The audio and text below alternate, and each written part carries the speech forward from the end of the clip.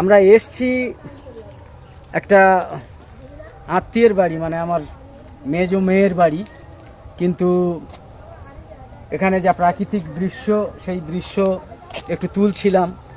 তারপরে আমার ছোট ছেলে সে খবর দিল যে খবরে দেখেছো আয়াতুল্লাহ খোমেনি অর্থাৎ ইরানের যে সর্বোচ্চ ধর্মীয় নেতা নিহত হয়েছে। এটা ইরান রাষ্ট্রীয় টিভিতে সেটা স্বীকার করেছে, বিবৃতি দিয়েছে, এবং 40 দিনের অর্থাৎ এই রবিবার সকাল থেকে, আজ রবিবার সকাল থেকে 40 দিনের শোক, সরকারি শোক ঘোষণা করেছে, যে শোক প্রকাশ করা হবে। 40 দিন সরকারিভাবে শোক ঘোষণা করা হয়েছে।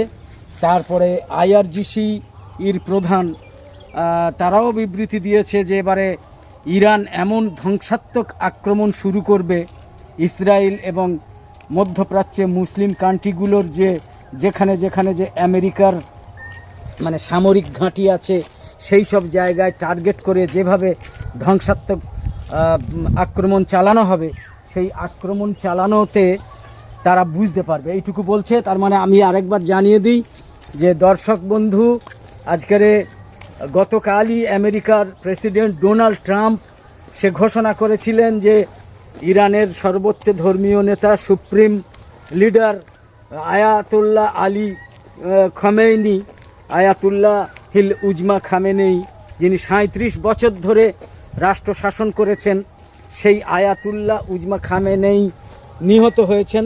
পরে ইসরায়েলের প্রধানমন্ত্রী বেঞ্জামিন নেতানিয়াহু এই সংবাদ দিয়েছিলেন, এবং তারপরে বিভিন্ন সংবাদ মাধ্যম, আন্তর্জাতিক সংবাদ মাধ্যম তারা এইসব খবর দিয়েছে।